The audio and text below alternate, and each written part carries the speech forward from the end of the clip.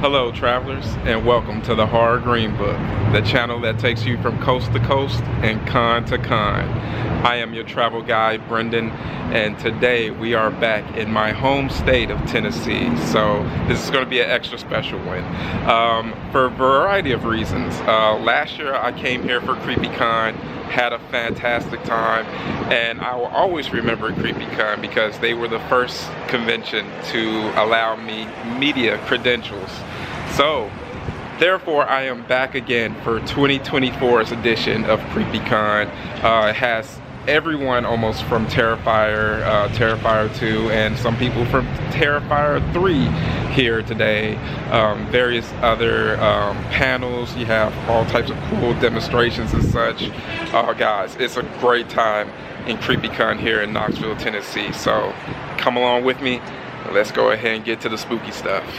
Okay guys, as you can see, CreepyCon, they will have panels, a film festival, photo ops, all types of good things. And as you can see, we are right outside the beautiful downtown area of Knoxville, Tennessee. You have the Sun Sphere up there. It's going to be a great time, guys. Woo! Can you feel it, travelers? Can you feel it? This is going to be such a fun time, just like last year. So guys, if you are a new viewer, you are in for a treat. All right, travelers, what cool stuff will we run into here at CreepyCon 2024? Man, is it me or does this look like a way bigger venue than last year, even though it's the same space? Well, where do we start? We have an aerial display show going on down there. Very cool. So many things going on at CreepyCon. We have the official merch table where we have all types of shirts and cool doohickeys to get. We have some cool flasks, mini flasks. We have some shot glasses, stickers, and cool shirt for this year, guys. We have the booth here of Monster City Madhouse. Got all types of cool stuff here. Some masks, shirts, got some figures, coffee, everything that you'll possibly need. Michael's on a mission over there. I wonder what he's up to. Travelers, we got the tattoos going on, of course. It is not a good horror con unless you can get a good tattoo. Guys, if you need some clothing for your character, if you are a hunt actor and you need some good quality clothing, you can find them here. Very awesome. A lot of cool stuff here, guys. Even patches, shirts. Guys, I love that name, Scarecrow Creations. Awesome. Make sure to check them out if you want some very good apparel. And wait for it to focus. There you go. Scarecrow Creations. Find them there. Good stuff. I'm digging this particular booth because it has a ton of accessories, masks, wings, claws, tails, mallets, costumes, staffs, whatever you need. And this company is called All Star Halloween, and they're in Calhoun, Georgia. I'm very familiar with Calhoun, Georgia. I used to go to college in Chattanooga, Tennessee, so I used to be very familiar with that area. Okay guys, check out this cool booth that I came across. It's called Shrunk. And what they do is they combine photography with 3D printing. So you can make a very cool figurine of yourself. So that is absolutely awesome. That's super cool, guys. And to give you an idea of the pricing, you can get it for a single person, a couple of people, and for friends and family, which would include, you know, your pet or your child. Very good pricing, guys. So I think that's a very cool idea. Guys, check out this booth here. Has a ton of purses. We have some huge figures up there. We have Chucky. We have Billy from Saw, Baby Oopsie. We have some NECA figures back there. Guys, these vendors are not playing around. They are making sure to have all of the great horror items available for you to purchase. I don't think I've ever seen this before, stretch screamers. Travelers, if any of you are familiar with this particular item, leave a comment and tell me what's up with that. When did this come out? That looks pretty cool. And then we have a lot of art stuff here, a lot of Terrifier stuff. Like I said, we have a lot of the cast from the Terrifier franchise here. Other cool items here. Man, this is a great time here at CreepyCon. Okay, travelers, we are at the booth here of the Grim Sleeper. Guys, this is such an awesome booth here. Look at that rug. Look at this bed frame. That's absolutely dope. I really like that. Got some interesting positions there. And all types of fun stuff, guys. I really like this booth. Okay, there are plenty of creepy corners here in CreepyCon.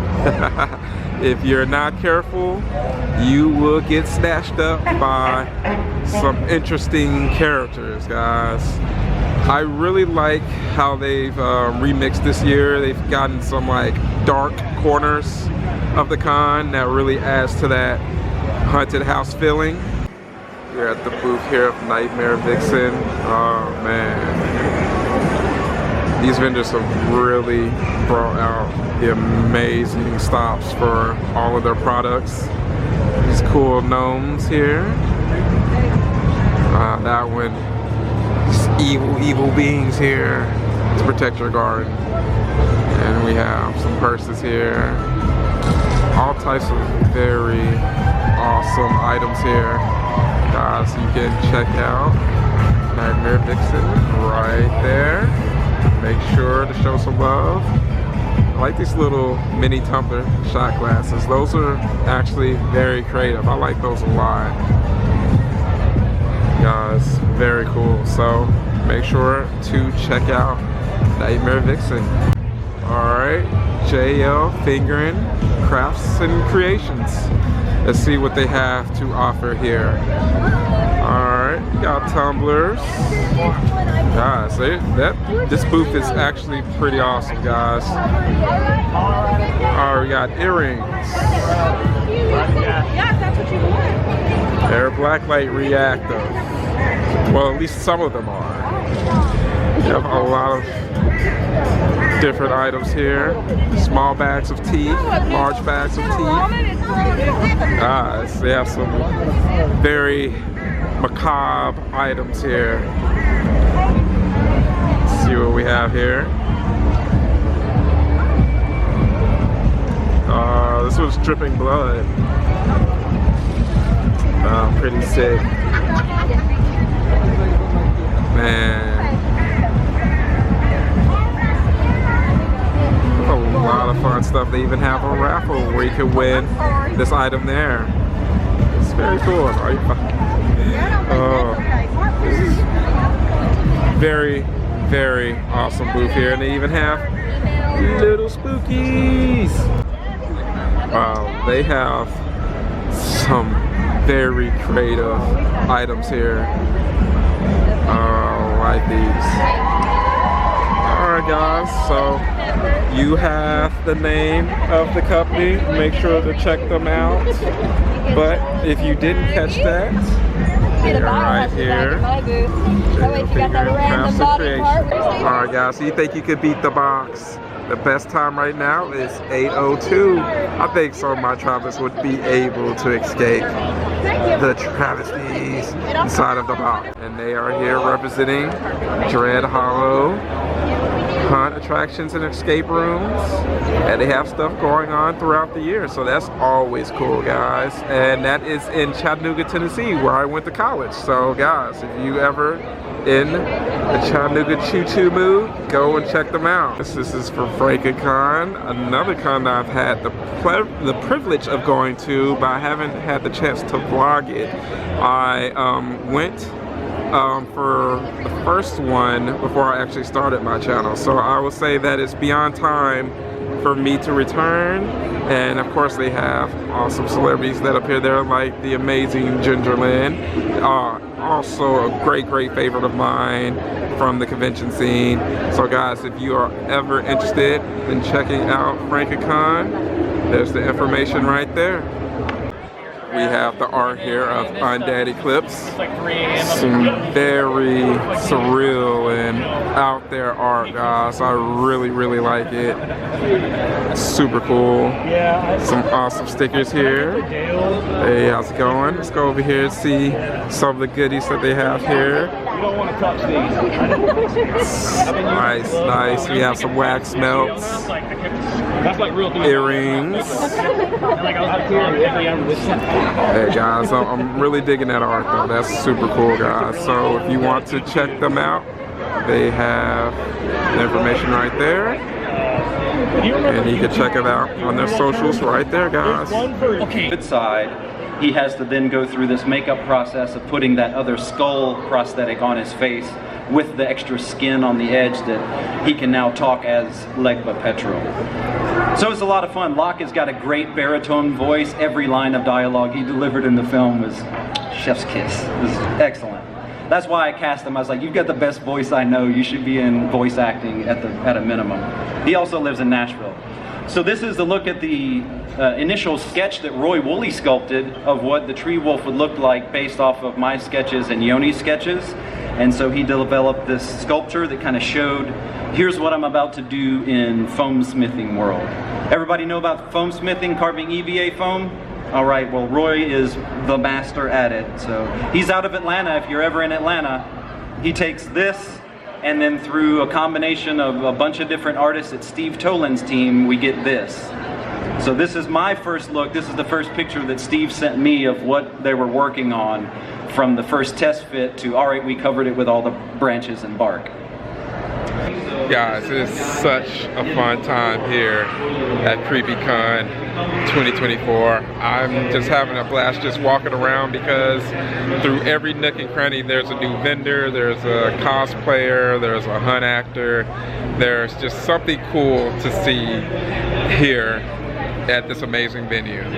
Okay guys, we are at the booth of Franken B Apparel. Custom handmade clothing for the travelers. So you see some very cool comfy wear to wear around the house, to wear at a con. These are actually pretty cool. These little like cardigans. It's very nice, guys. She has some very cool stuff. She's based in Jacksonville, Florida, so you'll see her at cons out that way, like Spooky Empire and Spookala. I have to actually make it to a Spookala one of these days, but I should make Spooky Empire this year. Alright guys, and if you want to follow more information with Franken B Apparel, you know what to do. Follow on Instagram, or go ahead and scan the QR code right there.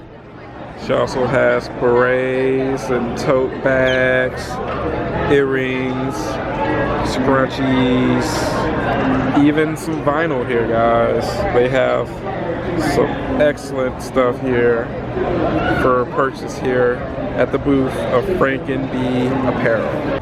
Guys, I'm just walking down the lanes, and there are just so many vendors, so many hunt actors and cosplayers, and man, it just goes on and on and on. Dope time here at CreepyCon. Guys, check out this very unique artwork here. It's absolutely sick, guys. Like, look at the strokes here of the paintings. Very, very nice. And you can find it here. You can find more of the art at Redden Studio by the artist of Red Harkinson. Oh, like, look at how nice all of this artwork looks. Man, I am totally amazed at how cool the artwork looks here. Very, very creative, guys. Gotta love that. So guys, again, if you want to check out more of this artwork, there you go, Red Den Studio. He said, make it good for grown-ups and add bad words. Well, that's very good, you know, direction there. So that, I definitely like that for sure.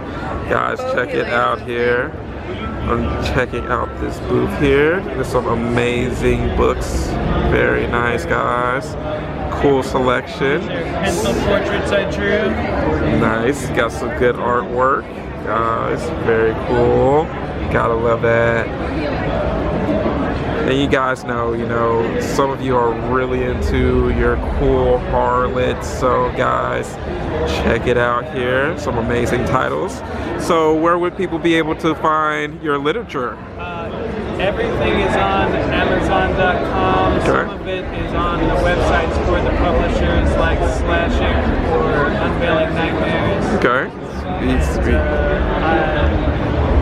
At conventions, I'll be at the TBR convention next month at the Expo Center, so come see me. Awesome, guys. Go check out. Keisto Healer.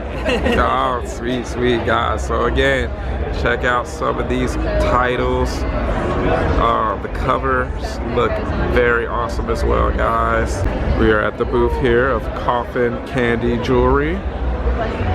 Another expansive booth here. A lot of booth space. They have some cool items here for the convention family. Nice dresses, cool tops to lounge around in or come hang out at your local convention. Got some bags, some cool decorative stuff, shoes. Man, they really have everything. Got some Sam's here, more unique jewelry. All right, there you guys go. Coffin Candy, and you can check them out at Coffin Candy Jewelry across social media. Okay, and they were also having a bit of a film festival here. And we have the selections of what were being shown. That's awesome that they were able to have that as well for those that want to get off of their feet and enjoy a good horror film. So travelers, this is the line of people that are waiting for their photo ops with David Howard Thornton, aka Art the Clown. So needless to say, a lot of people came here to see him. Oh guys, we are here at the Froggy's Fog booth. They are breaking out all the stops as we've come to expect. They have all the amazing materials here. Oh, and there's some cool little smells with those. That's the cool thing about Froggy's Fogs. They definitely make sure all of your hunts are well above and beyond anything your neighbors or your community could expect. And of course, the good old scent lab here. Guys, that's a great classic there. If you're ever around a Froggy's Fogs booth, you have to take advantage of the scent lab. At my Texas Hunters convention, they have them there as well, as you guys know. They have the good ones, you know, like that. And then they have ones that aren't so good, like Pirate Ship and Poop Fart.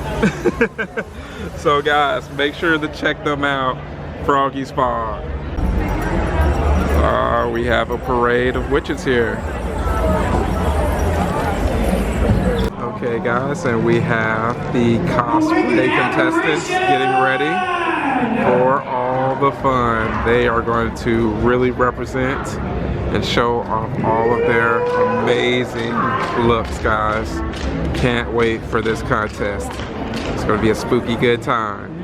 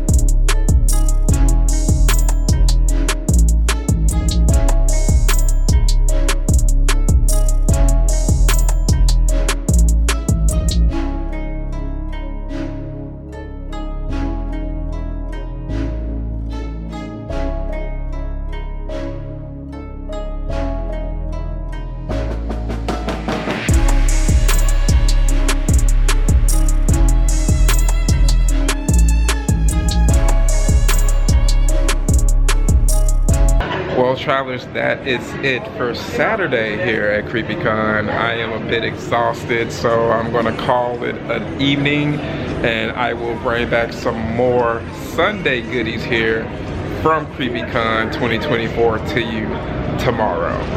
Okay, travelers, we are here for Sunday, and if you are familiar with conventions, you know that Sunday is the more relaxed day in regards to the weekend. So let's go through and have a very chill time, and you know, walk around and probably see a few vendors that we weren't able to see yesterday. So let's get to it, travelers. Going down the escalator of doom while they're playing the A Nightmare on Elm Street theme song. So you know that's the perfect move for me as a Freddy guy. Ah, yes, way more chill this Sunday, Bloody Sunday. So we're gonna do a little bit of walking around and checking things out. A little bit less sensory overload today, so let's go and see if we can get scared some. Alright guys, another booth that caught my attention is the Southern Ghost Stories booth. That is very cool. Awesome guys. Looks like they have some books related to the ghost stories of Knoxville, you know, and as you guys know, the South has some very awesome ghost stories. So check it out guys, very nice. You will be able to find more information by Googling Southern Ghost Stories. Awesome guys, very cool.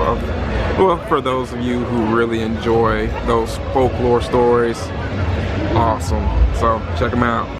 Okay guys, I have some more information. You will be able to find Alan's books on Amazon. Just be able to search his name and you'll find all types of great literature there guys, so check them out. We have Santa art over there, checking out some goodies. Hey, like I said man, even our horror villains have to get in on the goodies. Oh wait, hey, I hope that's cash art. Oh, look at these cool little spiders here. Well, they're not necessarily little. I mean, check it out. Those are actually a very good size. Those of you who have arachnophobia on VHS and Blu-ray, you probably shouldn't get this. But these are very cool designs on these spiders. They have some other cool crocheted bits as well. So, nice artwork here. Wow. Just some more of the items that you can find here at the different vendors. These look very nice guys. That's a pretty dope one right there. I don't care if it's entertaining. I don't care if it's picking up garbage. Do what you love. Now that I've said that, today we are going to be working on Monica and getting her ready to become a character called Ward. So I'm going to go over some quick basics, like simple stuff, just to touch base for beginners. Any beginners here? Okay, nice to meet you beginners. So we're going to go over some things first of all. When you're doing any type of prosthetics, it is super important to have clean skin. The best way to clean that skin, get yourself a cotton ball, a little bit of light alcohol if need to before prepping the skin. There's other products out there if they have a little bit more sensitive skin, it's okay, but you're just going to kind of go through and you're going to dab that through there, make sure they have no makeup on previously, no lotion. Lotion is going to make it slip, fall off, or just not stick and peel. The type of prosthetics I'm using, I did not make my own prosthetics.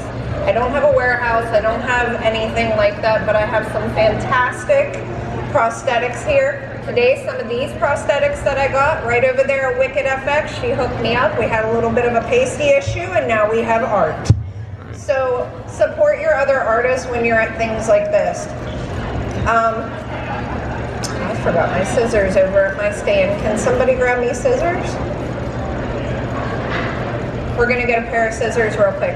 So now that I have this cheek prepared, what this is a cheek enhancement piece. You'll see that it has a solid ring around it, and then it has like kind of like a skin texture around the edges. So this, what we're gonna do is pretty much remove it once it's on the skin. Do we have scissors over there? Okay, they should be there somewhere, I promise. Anyway, so you put this on the cheek, kind of figure out where you want it, the angle. So we're gonna enhance her cheek right here. We want these cheekbones to kind of pop. That way it gives her a little bit of a more angry look later on. She kind of looks a little bit more buff. Thank you. Oh, we got him. Thank you. Look, they're all coming to the rescue. You've rescued me enough, Rick. So we're gonna get these prosthetics prepped. I'm gonna be using Prozaid to apply this. Prozaid you can also get from Pro Air. They sell it. I do have a coupon at my stand. I'll be using Pro Air makeup. They have sponsored me. But even if they wouldn't have sponsored me, I would be using this. This stuff is amazing. Also, it is waterproof, so once I put this prosthetic on with the Prozaid, I'm going to use now Pro Air over top of it, and it will stay put. It will be water resistant. These makeups are weatherproof. As said in my introduction, that my gentleman over here so kindly said, you want to weatherproof your makeup, especially if you're in the haunt industry. This is waterproof, sweat-proof product that is gonna make your makeup stay all night. You can go into a pool and do a photo shoot with this and it will not come off. How do you get it off is the next question, correct? Well, we had a blue girl yesterday. She can tell you it's off. You have to use soap first. Break it down with liquid soap, it will break up, and then you get in there and scrub it the rest of the way off. You can see our girl was blue yesterday and she's not blue today. Maybe inside, we're all blue. But anyways, now back to this. So what I'm going to do before I apply this prosthetic is I'm going to prep the prosthetic with a little bit of Prozaid. And you want to ask your model, do you have any allergies to any prosthetics, makeup, or latex allergies? So she's good to go. Now there are other products in this world that'll work great, but you have to make sure you check with your people. This is a very tiny amount. You do not want people in your makeup rooms, in your costume rooms, dumping product down the drain. Also, if you noticed, I put my makeup in little bottles with a siphon.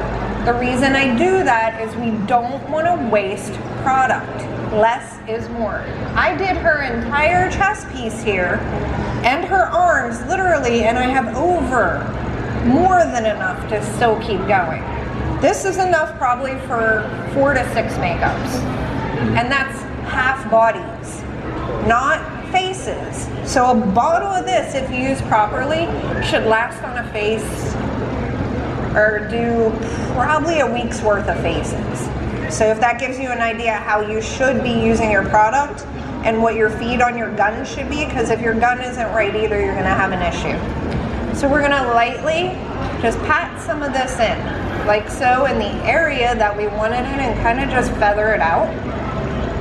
Once you feather it out, it'll start to turn clear. So it'll go on like kind of white, and then it's gonna turn clear. Now what I'm gonna do is take this little baby in my hand. I'm not gonna worry about the outer edges too much, but I'm gonna lightly coat that with the Prozaid as well. So we're kind of doing a double. We wanna make sure she's covered and those edges aren't gonna lift up. And it's important that we put enough on there too and just kind of keep feathering it out, because there are edges that are seamless that we will hide because we're feathering it out.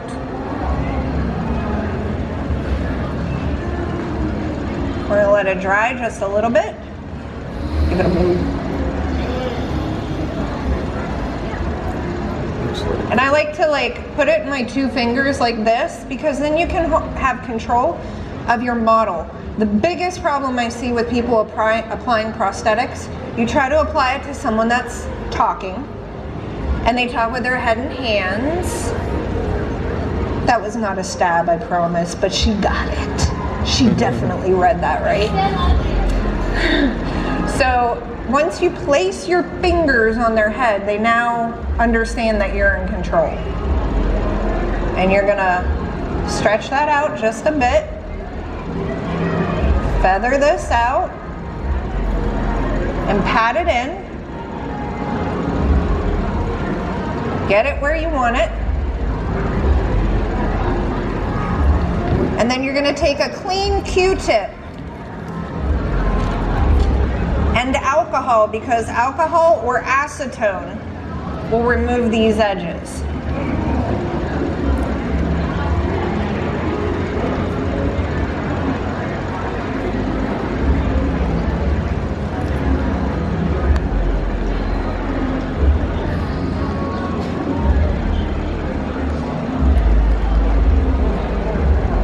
See how that edge is starting to lift? Where's my alcohol? I need more than just the kind I can spray. So you're just gonna work that. And sometimes it takes a second to make sure it's adhered. I'm kind of rushing it. Patience is not my virtue. But you can see how that starts to lift. And you can work it with acetone. Acetone works better, but we had a little accident with acetone and we won't be discussing it. It was literally all over my suitcase. But you can see that starts to remove, and now the edge, turn your cheek, is flat. So now when we go to paint over this, it's gonna be 100% seamless. And now she has a cheekbone. So I'm gonna go through and go ahead and remove the rest of this edge, kind of speed up the application a little bit.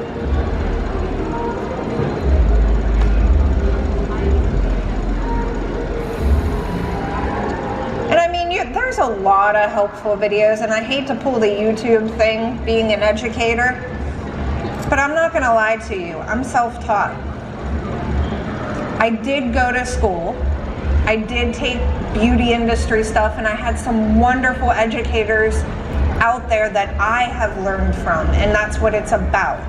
People that are here to educate and support you, and then teach you what they've learned. And it was literally like classes like this at different shows that made me more and more interested, made me more and more strong, and it was cheaper than going to college to learn it. And I have nothing against anyone who goes in this industry for college education. God bless you. To have the passion and the interest enough to go into it that way. But I grew up dirt poor. I came from nothing.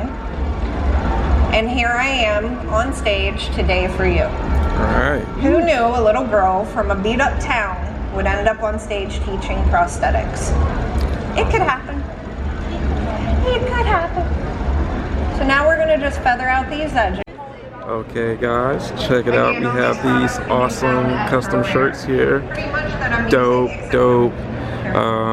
Got some very cool designs. You know, this Hex Girls one, digging it. I like how they put like the aged type look on this with some of the cool, you know, designs on that, how it came out. It one. And the one that really caught my attention was this Elvira one. Super sick, guys. And they do customs as well.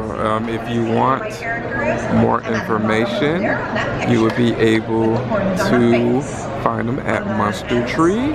And the con prices were $35 per shirt. Oh, well, it's kind of faint right there, but it was $35 per shirt. And if you find them online, you mention CreepyCon in your order, you will be able to get the con price of $35. So make sure to take advantage of that, travelers. You guys, check out this booth. How's it going? We are at the booth of Monster Kitty Society. Check out the amazing items that they have here. There's keychains there. Got some Monster Kitties and some horror ones. Some limited edition ones. You guys know I love these unique designs that you're able to find at some of these cool vendors. Magnets here. And another cool thing here is they have this capsule station. So you have your mystery items that you'll be getting in your gumball type form there. So that's awesome, guys. Gotta love it where you can have some extra fun at cons like that buying your items. So cool stickers there, guys. Great deals. You got some mini pillows. You got some very cool large plush ones. Very sick, guys. So if you want more information, you would be able to find them right there at Monster Kitty Society on all platforms right there. Another cool thing that they have that I've seen at a few cons before is the My Sticker Obsession book, which is a way that you can collect stickers. You can put them on and put them off and things like that. It has that material, that you can use to stick on and peel right off. So you can always, you know, add new ones, you know, revitalize old ones with adding certain stickers. That's a very cool idea, and they have great pricing. Buy 2 get 1 free. We are at the Boneyard Blossoms and Movement Underground booth. Some very cool items. It's very awesome, guys. Like the shirts. Nice, guys. So you can check them out there. Boneyard Blossoms. Very nice. Have some nice items to take in. Some nice decorative stuff that you could put in, and what I love is that they have a variety of sizes. So if you're someone that has plenty of space, or if you have someone that doesn't have as much space, you can find something that would fit whatever you desire. So that's very cool to find that. Got some makeup brushes and such. Hey, a little bit of everything, guys. That's the cool thing about coming to these cons like this. You find some, wow, very unique stuff. This is very cool, guys. Definitely digging it. And hey, another thing that's very easy to love, the prices are not super high. So you can tell the craftsmanship that is put into these. So hey, come out to your local cons and make sure to support. Okay guys, we are at the booth of Nevermore Dark, and they have some very cool crafty things here. We have some wax melts and candles and such, incense, you know, we have room and clothing spray, stickers, bookmarks, a bit of a one-stop shop here. Very cool fragrances as well, guys. Like, all of these smell so amazing, and check it out, guys. That's like very, very cool.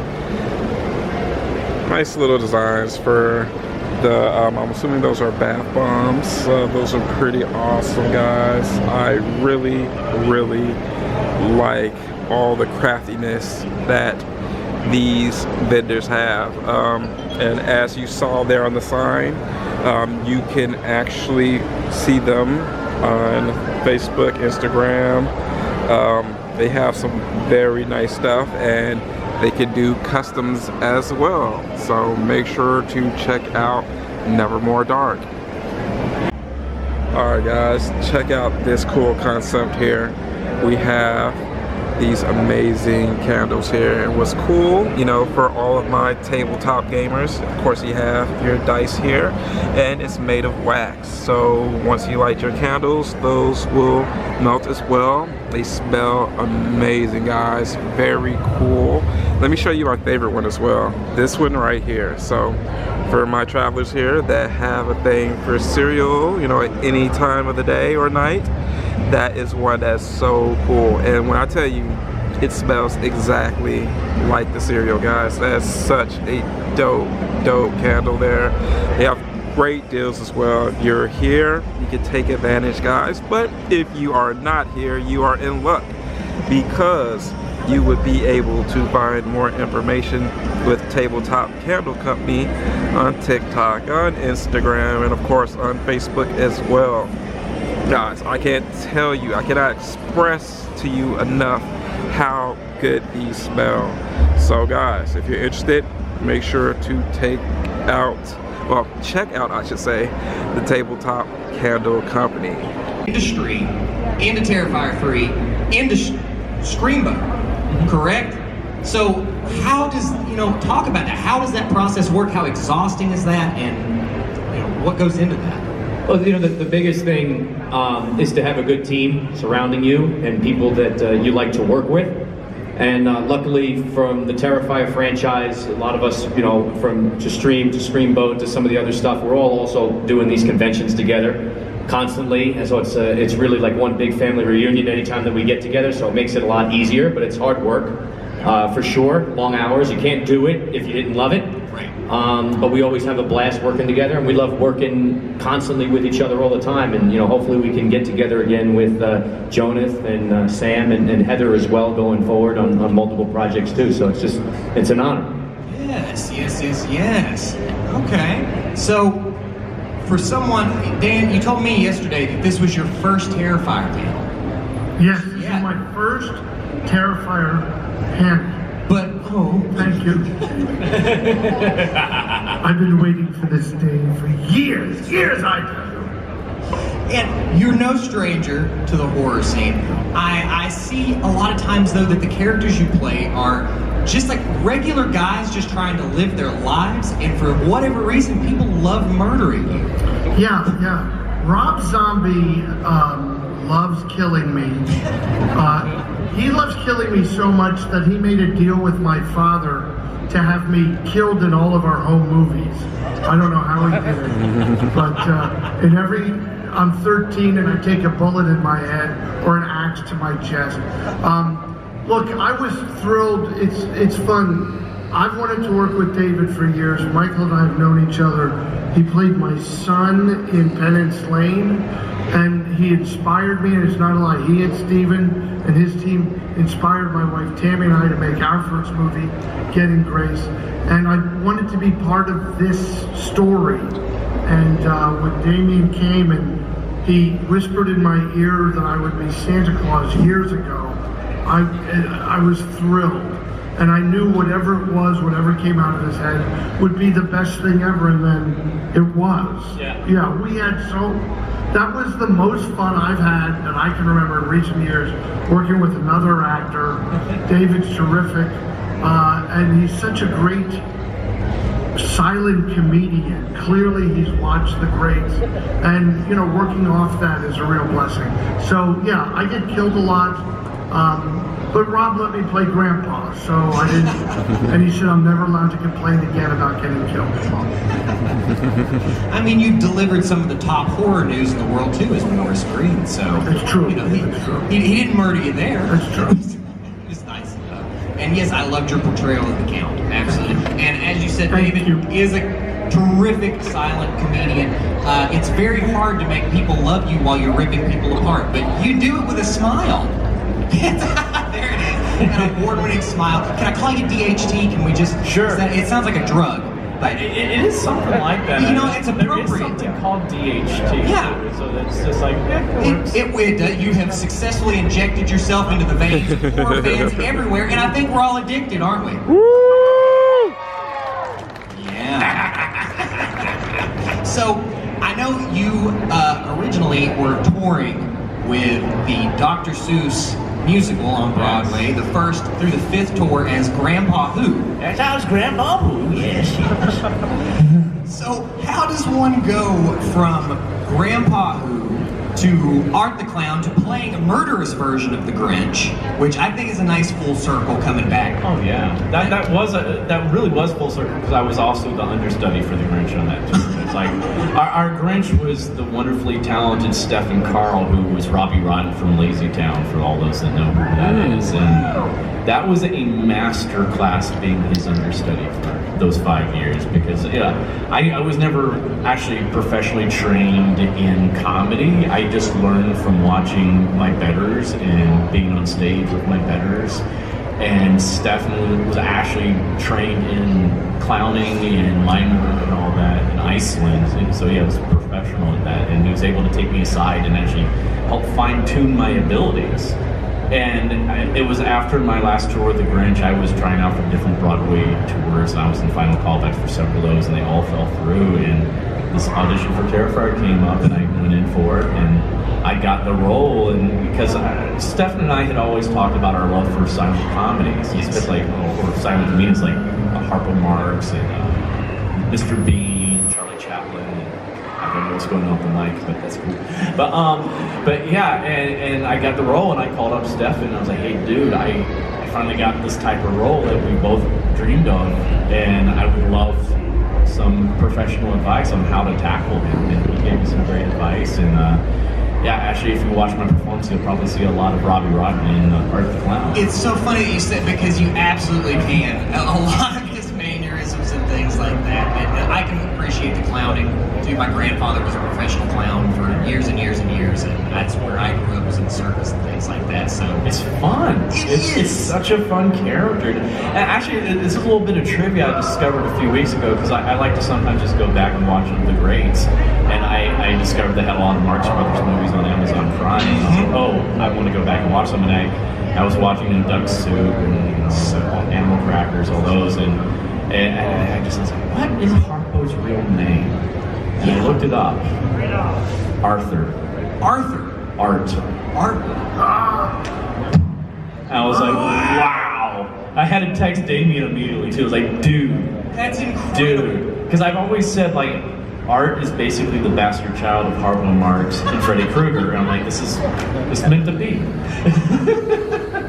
That's so I have the Marx Brothers tattooed on me. Yeah. I'm a huge fan of Harpo. I have a pet parrot named Harpo. They were amazing. And I encourage any of you, if you've never seen a Marx Brothers movie, especially go watch Duck Soup. Yes. That is a master class in comedy, in verbal comedy, physical comedy, all that. It's like the musical comedy, because they're great performers with music. Their musical numbers are amazing in it. There's a great piano routine between Harpo and Chico in that one. This is like it's just amazing. I encourage you to go to watch that, because there's actually a kill I want to eventually do in a Terrifier movie. That's the twist on a popular routine from that movie. I'm not going to give up this character until I get to do that. I see you pushing someone through a heart. That would be fun.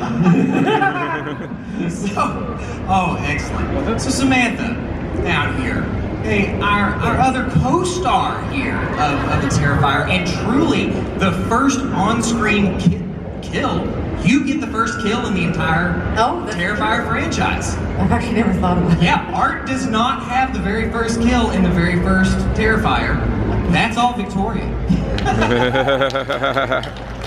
I literally did not know that. Okay. So you set the tone for the murderous rampage, and you started as, a victim in the beginning of it. Survivor. I am sorry. Jeez. Hey.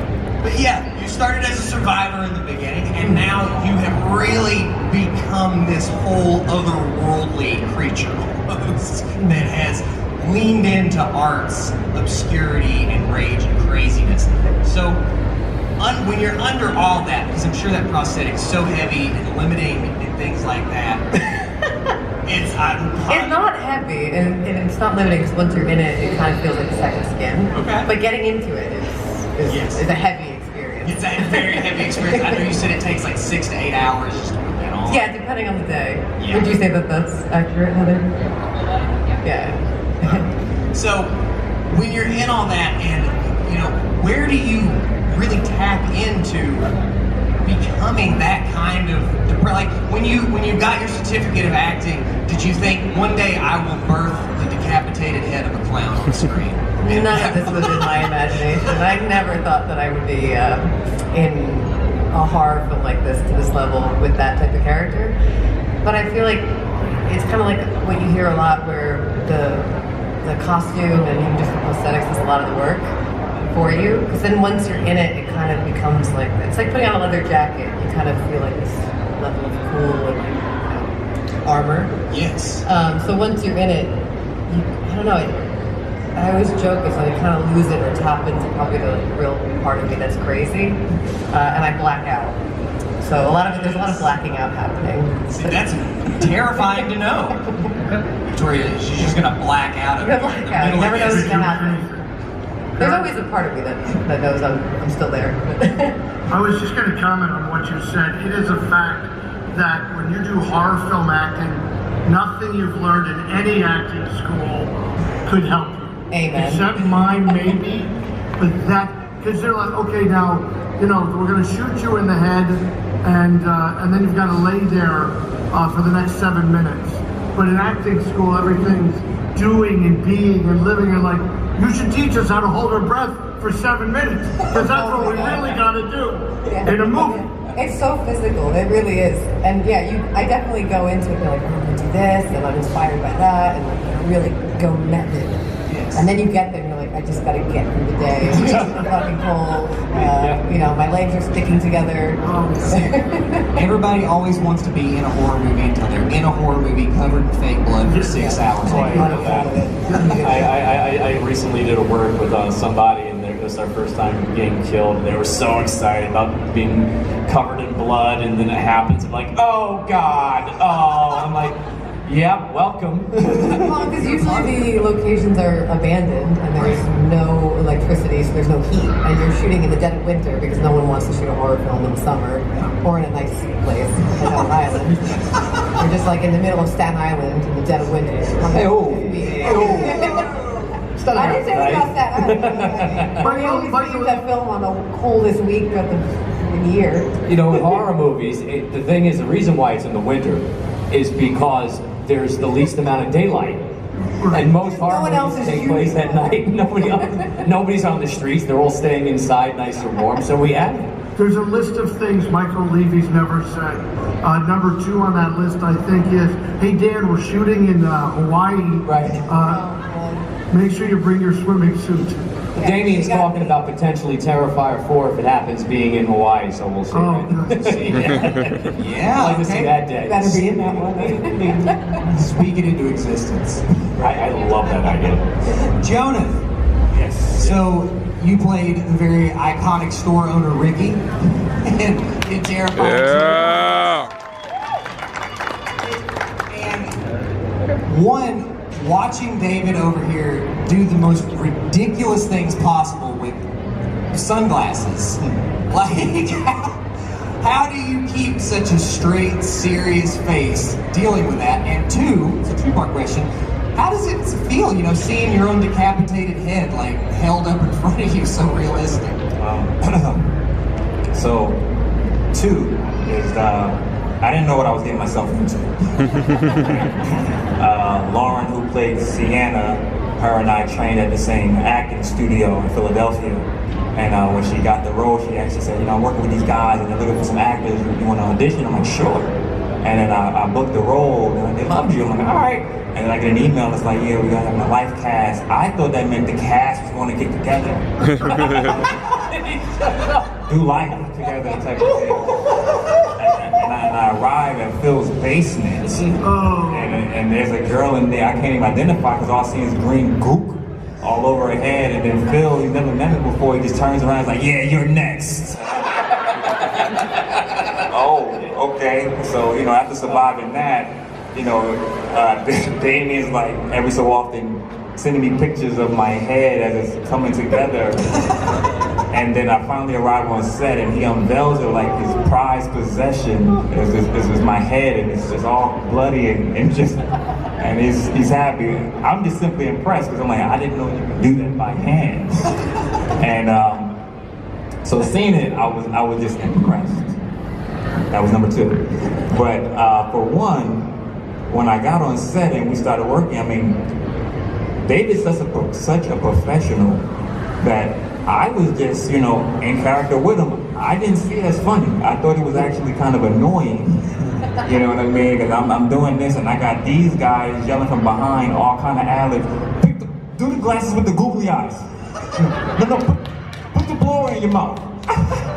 No, do it again. I'm like, That sounds like a porn set. yeah. And it wasn't. And that might be why the line came. You're gonna put that in your mouth. You gotta pick, but you know. And so before I knew it, it was over. You know, a wild kill. I watch it on film, and then I laughed out loud, and I'm like, oh, this is funny. Like I didn't even know this was actually funny, and I was like, oh, great job, guys. Great job. You became method as an annoyed store owner. We've all He was so stone-faced the whole entire time. Like, this guy hates me. I'm like, dude, laugh, man. And he's like, no. Absolutely not. So Heather, hi there. We haven't gotten to talk to you much. Yeah, bring the mic real close. Hello. So, Heather, you were behind the terrifying looks. Here, you've been behind the looks for the photo ops yesterday too. So, where did you get your start? How did you get mixed up with this crazy crew? So I actually started at like haunted houses in the middle of nowhere, Virginia, and then I went out to makeup school in Los Angeles, California, with Snow Makeup School, and some small jobs after that. And then I got recruited with the studio, Tinsley Studio, and they got hired from Terrifier, and they built all of the bodies and the effects, and they did all the sculpting and built all of the pieces beforehand. And my boss looked at me one day and was like, "You want to go take it to set?" And I was like, "Yeah, it'll be fun. It'll be a good time. It won't be that hard. You know, fun little horror film." I think he lied to me. Poor Heather. That's all I have to say is poor Heather. Oh yeah, he fully lied to me about how hard it was going to be. I was like, "No, it'll be fine. It'll be you and Ryan Ward, just the two of you. It'll go out. It'll be a fun time." It was fun. It was also just. But it was easy doing her makeup, right? She's pleaded the fifth. We have to move on now, legally. So, Steven down there. Oh, you're skipping me. I am. You see What does he have to say? That's right. I don't even know who this guy is. You brought him up randomly. We'll come to the market. I like keeping everybody on their toes. I thought we were going to run out of time before I had to say anything. Absolutely not. We're going to be like, oh, time's up. So, Steven, you have been a producer on almost all these Terrifier films with Fuzz on the Lens Productions, and you worked as the cinematographer on Stream. Correct. Right? So, when you got mixed up with all these guys, who came to you and said, as a producer, you know, we're doing this movie, it's going to be about this clown, and it's going to get really crazy? I don't think anyone said that to us. I don't think we were ever prepped with that, what it was going to be. The story starts with Phil Falcone, who has been mentioned a few times. He's really the man behind everything, aside from Damien. He came to us, to me and Mike actually, to act in the first one. And Mike's an actor, I'm not really an actor, but we said, sure, we'll do it.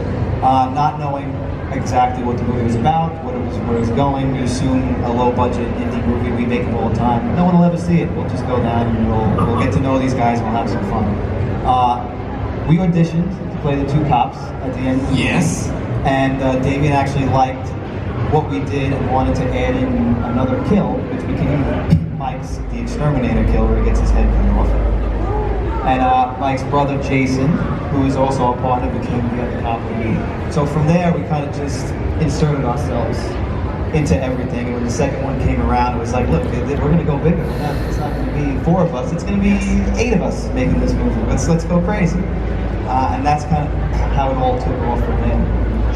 And I don't think people a lot of times either understand how small these crews are when they first start off, that it really is like you and 4 of your buddies that are trying your hardest to put something out. Exactly. I think the number was maybe 12, to be really legitimate, on Terrifier 2. That crew that was there all the time, and that's not exaggerating. Really? At all, yes. I also have to add something too. A lot of people don't know, small trivia. He's played Art in some of these movies as well.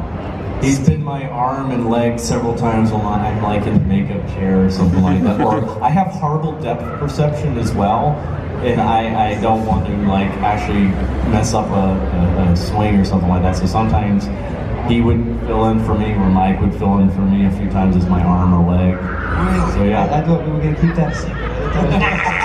You're going to see Terrifier. I mean, yeah, obviously David is Art the Clown. There's no question he does everything, but like there's a lot of times where there's time things where David has to go back into touch-ups, into makeup, into things like that. And as he said, his depth perception's not the best. So when you want him swinging an axe at a real person, maybe you want to bring in someone who's usually more. Steve will come in and do it. I was like, no, I'm not doing that. Someone might die. Let's put some of that cat. Yeah, let's just make me do it. It'll be fun. On some movies, they would of course just get a foam rubber axe. But we that can't costs afford money. 2 axes. No, Damien wants it real, as real looking as it possibly can be. Of course, from the props to the fear in their eyes, he wants it all real. Imagine the blood. Yeah. People on this set, on Terrifier 2, that is maddening to me, because the Clown Cafe scene alone, that horrid fever dream, that is one of my favorite scenes in that entire movie. And then there's a shot you get where Sienna is in that like Houdini tank, strapped down, and the person next to them is on fire. So can you please explain the difficulties of getting a shot like that while someone doesn't drown or burn to death? Those 2 things were shot months apart. Really? Yeah, and put together later. So the fire was one thing and the tank was another thing. Months apart, miles apart. Totally real, yes, but not at the same time. So that makes things a lot, I won't say easier, but it was still hard. I will say nothing prepares you for like setting a human being on fire. Because I really did that. You did? Okay. I really did that. That's something I actually did, and they told me to do 2 whooshes on her, like one in the front, one in the back. And she went up on the first whoosh, and it was just, I'm like, whoo! And I had to act the whole entire time like I'm not like surprised or scared. So they're like, because they still want me to like dance off and everything. So in my head, I'm like, oh my god, oh shit, oh shit, oh shit, oh shit, oh shit, oh wow, fuck, fuck, fuck, and just dancing away because I did not expect her to just go. I was like, it was. I have to, the stunt actress Jenna that did that. That was amazing. That's like, because that's one of the riskiest stunts anybody can do. That you have to really be trying to do that because if you inhale, you will inhale that fire. You can burn your lungs, and so it's that's amazing. Props to the stunt people out there that know how to get set on fire. But Lauren actually did all that work in the tank herself. So big props to Lauren for doing that. That acting that she was able to do underwater like that blows me away. I'm just like, that's amazing. Like Samantha was kind of saying, being under a prosthetic, you feel sometimes like you gotta just get through this, but being chained underwater while trying to act, that is a whole other level of crazy. Oh, we want to get into some other things too.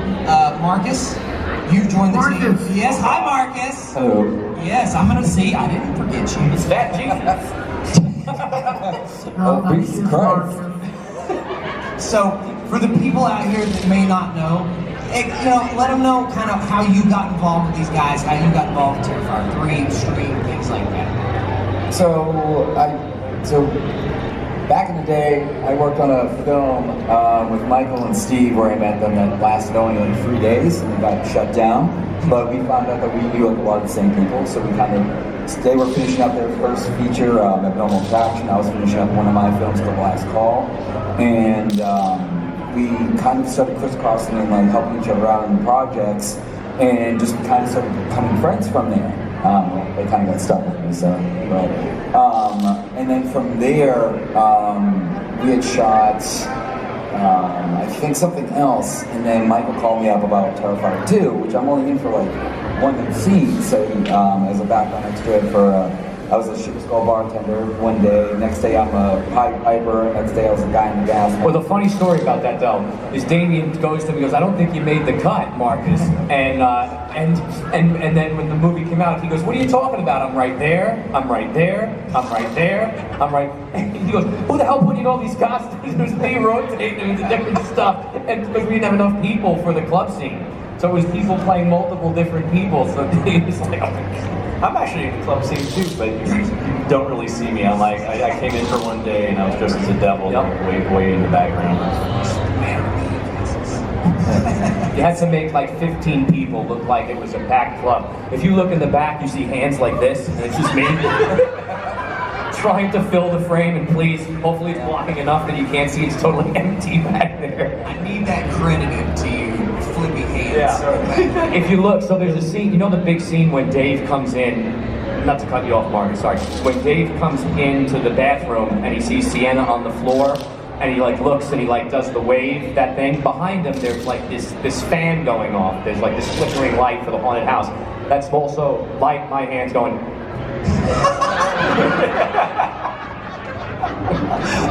There's also that one shot, it's like the first like panning wide shot where you had me be in the right corner of the frame, then I had to run each time the camera moved to the other side so I was a passerby, then I had to sneak around the whole crew to get to the back because the camera comes all the way around. Rip I had off to like the wig. rip off the wig, like head out my back, and I was like doing some weird shit in the background, and it was just like, and you were like, okay, we're gonna do this like 7 more times. I'm like, I'm running a freaking marathon here for this set. The most running you've done in your entire life. And he hasn't since. And he hasn't. Listen, comfortable, all right? So, we've gone, we're getting ready for Terrifier 3, gearing up October 11th, correct? Yes, they gave you a special gift and released it early, October 11th for Terrifier 3. Yeah. And then August 21st for Stream. Yes. And since so many of the same people have worked on this so closely together, how could you compare the depravity in the two? You know, we tried to do something different with streams. We don't want to just make the same like with Terrifier. Like that Terrifier is its own thing. Yes. Terrifier, you know, Art the Clown has his own way of killing people. So with Stream, we wanted to show that we would do something different. Obviously, with Damien Leone doing all the gore, you know it's gonna be a bloody massacre, right. A splatterfest, of course. But we were very careful in how we did it. You know, where Art the Clown has his own certain style, David, who plays one of the killers, Player 2, we wanted to separate them. And that was the same with the kills. And also, it was cool to kind of come up with new creative things that we might not do in Terrifier, because again, it is a different film. You know, and again, as he said, it's coming out August 21st, so if you can, it's playing limited from the 21st to the 25th, so get your tickets, check your local theaters, and hopefully, if you guys show up and come out, we can get it extended like we did with Terrifier, because it's so important, you know, for indie horror film. We have no big budget behind this, no marketing or any of that, no studio, you know, to kind of get the word out. The best way to do it is the fan base and you guys, and you know, and we're doing this for you guys, and you know, we're just honored to have your support. So if you guys can see it, for anybody who doesn't know about it, stars a ton of horror icons, you know, like I said, Danny Roebuck's in it, obviously David, but Jeffrey Combs, Danielle Harris, Dee Wallace, Tony Todd, Bill Moseley, Felissa Rose, the list goes on and on, Damien Maffei. So we got a really, really cool film. It starts off a lot of great character development, and then once we hit it, boom, you guys are in for a real treat and a roller coaster ride. So. Yes. The key to go the first day is the day to go. Yeah. Please go the first day. Yes, and you heard it here first. You've been told straight from the source. I expect everyone in this crowd to buy tickets. You can look them up. Come by our booth. We're all back there. Come by it. You've seen everybody. We'll tell you more about it. But it's super important. And again, this shows the studios really why independent horror is so important. But it also shows the studios why the fans matter. You know what I mean? And that's really what we've always done. And you know, through Damien and all of our work together is we listen to you guys. You know, how many times I hear, you know, with Damien, we got to up it. We can't, you know, we can't just phone it in, because you guys have never let us down in showing up, and we never want to let you guys down. So thank you. And I like that you pointed out that yes, it's going to, you know, it's a splatterfest. It's going to be gory, but it's different. Because Art does have his own style, and coming off of a set like that, you know, coming out of that character Art, and then, you know, put your kill skill to some good use as Player 2 now, you know, get racking up points, trying to win some money here in the big game. How do you, you know, find ways to become Player 2 and differentiate yourself from Art? Because that was definitely a challenge, because Player 2 is also kind of a silent character as well, and so I wanted to do, everything's going to have to be based on physicality, so I wanted to change the way I presented myself physically in that role, and I saw him more of a dancer, stage performer. So yes, this very fluid. You were very fluid. You know. So I did those kind of things, and I also had a great scene partner for all that, one of the other killers in it. So that helped, you know, differentiate the two. That was definitely something that was really close. I talked to Mike about a lot too, is how to differentiate the two characters. So. Yes, and I'm very excited to see the world, very excited to see what you do, super excited to see everybody in it. Before we open it up to the floor here to let the people ask some questions, you kind of already answered this a little bit, but I'm going to ask everybody here on stage that has died on film, is there a way you have not yet been murdered that you would like to be murdered on film at some point? No.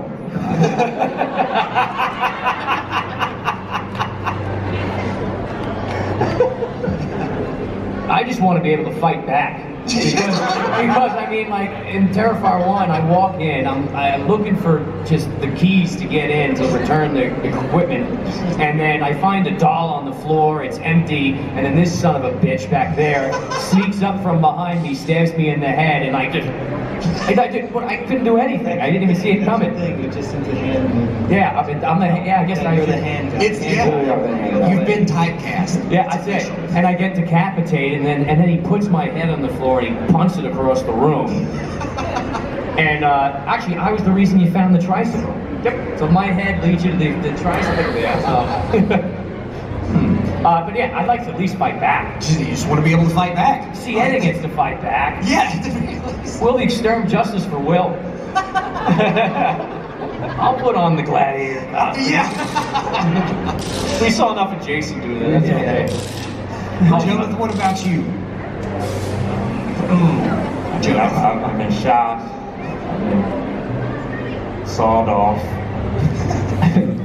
I've been chopped up. See, actually, I died twice in Terrifier 2. Originally, it was a slow sawing off, and then the pandemic happened, and they had time to think, and they said, you know what, that's not enough. And a year later, they called me back and they're like, hey, you got another one in you? I'm like, what the fuck? I thought.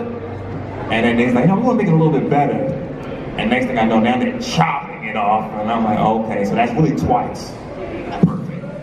Then I had another one on another set. I think I'm pretty good, man. Now, Dan holds the world record for being murdered on stage. I've been killed. Well, I guess that says a lot about my personality. I love to have him on the set so we can kill him. But after you've been blown up, we should add it up. You're asking a very good question.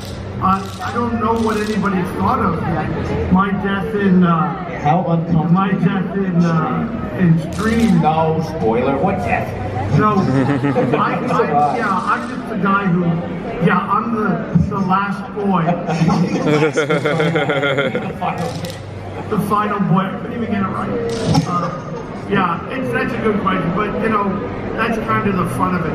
I'll tell you guys, the real joy is when you're doing a TV show and your character does die, and I've had this happen a number of times, and then you don't. And the reason you don't die is because someone says, oh, I like having this guy around, maybe we'll use him again. So they rewrite the scene. So I've been on 3 shows where the character was getting the bullet at the end and then I did not. So that's good for an actor. You could always be the brother and come back to the that's what I'm doing. That's what I'm picturing. Yes. Yeah, Santa, I think, in Terrifier 4, and I'm sure you all agree, Santa would have a brother. Yes. He absolutely would. I mean, come on. So, for those of you that want an idea of how massive this con is, have a good look right there. That is a massive amount of space there. And the list here of vendors and presenters and things of that nature is a very long one.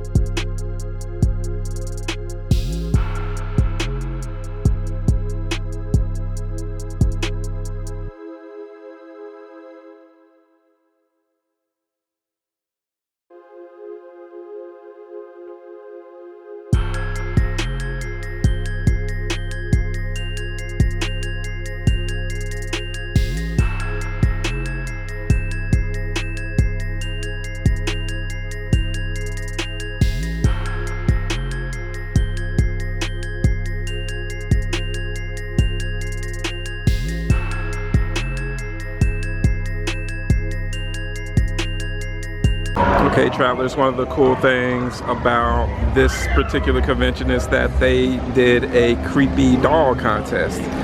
So I'm showing some of the selections. This one was very cool. This one is a voodoo witch, and it comes with a particular story here. You know what to do. Go ahead and pause it to get the full story for this particular doll. And we have some other ones here. Very, very creepy dolls. All of them look very, very nice. Like, you can really tell the care that was put into them. It's really cool. Some of them are for sale. Very awesome. And I really, really like the Midsummer inspired one here with the May Queen and then the Willing Sacrifice. Well, not too willing sacrifice.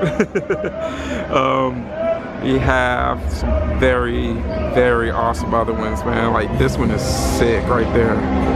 Very nice. Like this one as well. Have some nice, nice ones, guys. This is super fun. Just the fact that they make it very interactive for people to come in and show their artistic skills. Which one will I vote for? Which one would you vote for? I usually get like 2 for like $1.25, and I put it into here. I mark, don't do that one, oh my gosh. These two, it's been a long weekend as I said. I mark them A and B, and I fill them up. I usually buy about 5, I get 1 for every artist that I have in my makeup room. And I fill these. I don't let them fill them, I fill them, and I place them on their station each time, or shake them off and put them up. So that way they're not touching the big bottle, something gets spilled. They spill this, it's no big deal. They spill your big bottle of stuff, it's kind of a big deal. Sometimes it's hard to get during season because they're out. And you don't want to be without all the things that you need. So this is what I do. Then I have them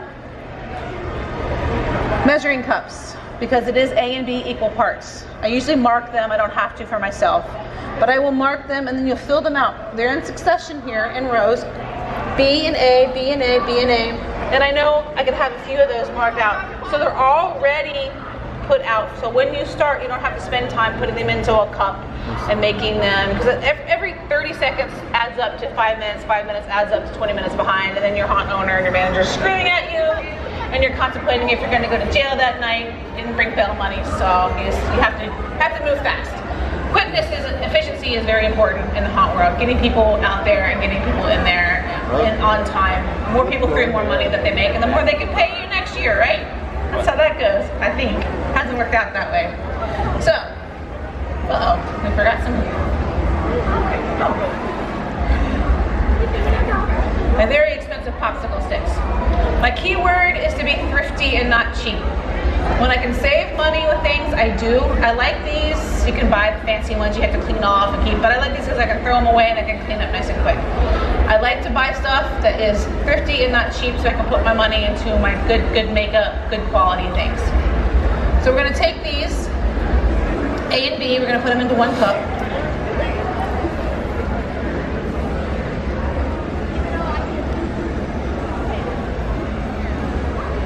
When I'm doing a burn, when you do a burn, there's levels of burns. 1st, 2nd, 3rd degree. 1st degree is a sunburn.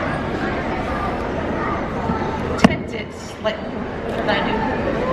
slightly red. And we're gonna put that down as a base. This is where it comes in being a little faster. Make that nice and red. You need every burn.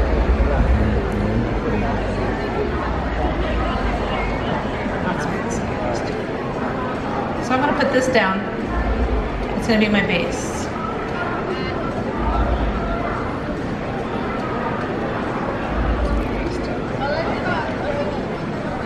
Feels nice, huh? Like a facial, right? It's a facial with a jellyfish. 2nd degree has blisters. That's why it's called a 2nd degree. So these are some of the silicone blisters that I have. You can make your own. You can use other ones. I just plop them down on the silicone in kind of a random order.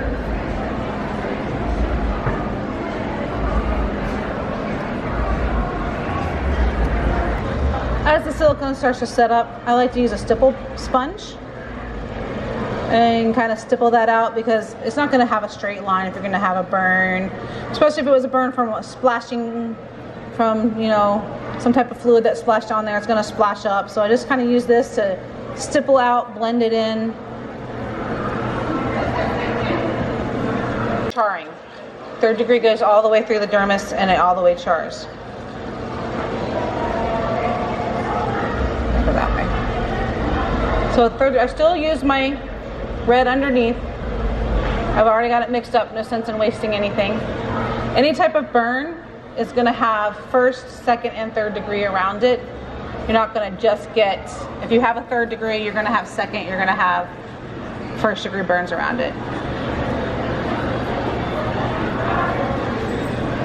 I've seen people put UV acrylic paints on people to try to do clowns. And they got into their eyes and it burned their eyes. They have blisters in their eyes.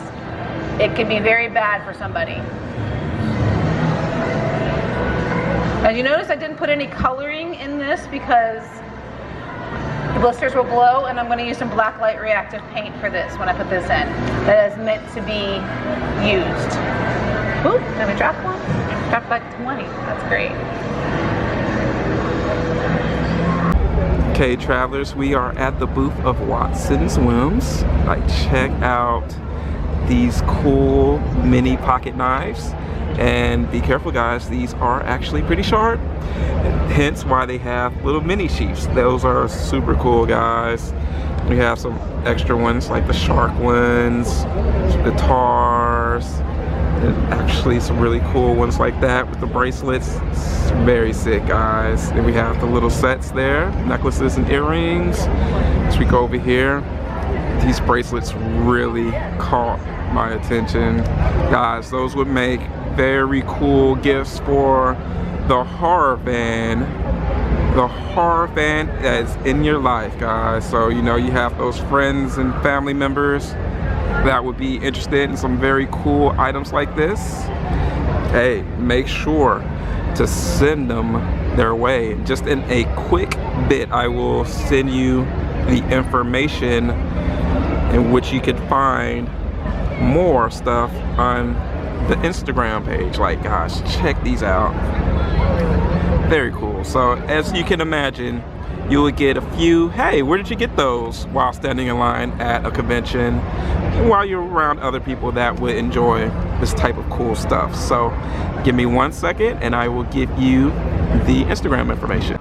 We have more cool things around here on the Watson's Whims booth. Man, this is very high quality. She was actually working on a piece at her table.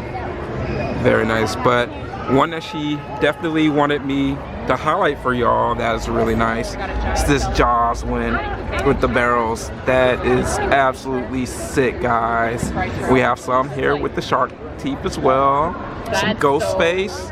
But that Jaws one, very creative, guys. And if you want to get some information in regards to the items, check it out right there, Watson's Whims.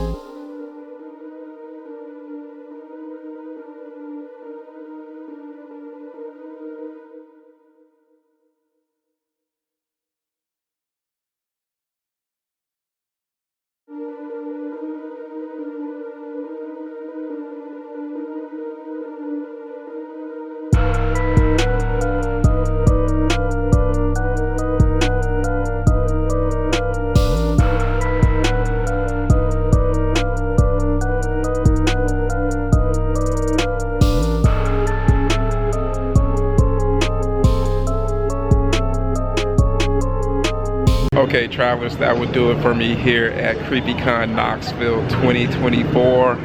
Man, this show is so fun, guys. If you're ever in the Knoxville area around this time of year, make sure to check it out. They're always incorporating new ideas for the next year. Like I said, for this year, they did the dark part of the convention, which definitely gives you that whole hunt vibe for sure. Well, travelers, I'm looking forward to seeing what new things they will have in store for the next year. Well, that is my time, unfortunately. So travelers, make sure to chunk those Ash Williams severed hands at me. I mean, just throw them at me, guys. Don't be afraid to do that. Comment in regards to anything that you saw, and subscribe if you want to stick around and become an official Horror Green Book traveler. Guys, I am Brendan, your travel guide, signing off and letting you know it is scary in those streets. So let me know that you made it home safely.